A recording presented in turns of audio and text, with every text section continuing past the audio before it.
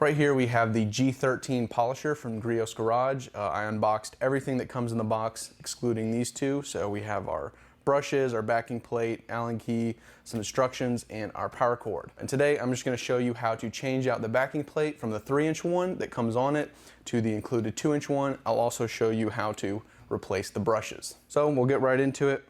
We're just going to turn our polisher over.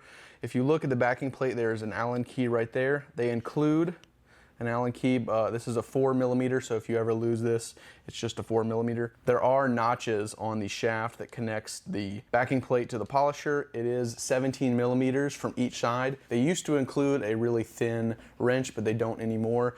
That being said, if you have a really thin wrench that can fit in there, you could still use that.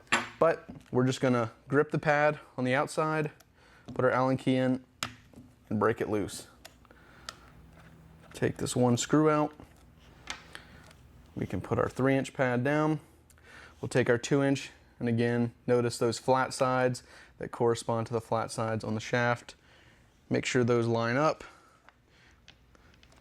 You should feel it noticeably click in. There we go. Then we'll take our screw, place it back in the middle, screw it on as much as we can this way. And again, we're gonna grip the pad and torque it down pretty good.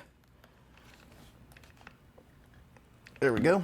Now that is certainly not coming off once you've tightened it as much as you can by hand, and we can turn our attention to the brushes. If you're only using this polisher for your personal vehicles, maybe once or twice a year, you probably will never have to change the brushes, but it is good that they included them just in case. And if you don't know what the brushes are, these are them right here. Basically, this is the electrical connector between the power cord and the actual rotating cylinder of the polisher. So we're going to take a flathead screwdriver on these little side panels, and I'm just gonna unscrew it. They should come off fairly easily.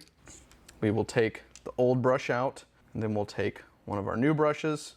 You'll see that there's sort of a square hole that it'll slot right into, and then we'll take our plastic cap, get it in place, and screw it in.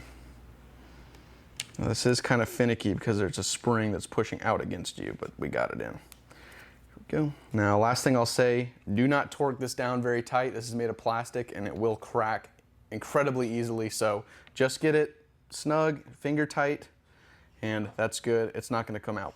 And there you go. That's how you change the brushes and the backing plate on your G13. The process is exactly the same for the G15 as well. You can get these polishers in our store at obsessedgarage.com, and if you have any specific questions, let us know in the comments or reach out to support@obsessedgarage.com.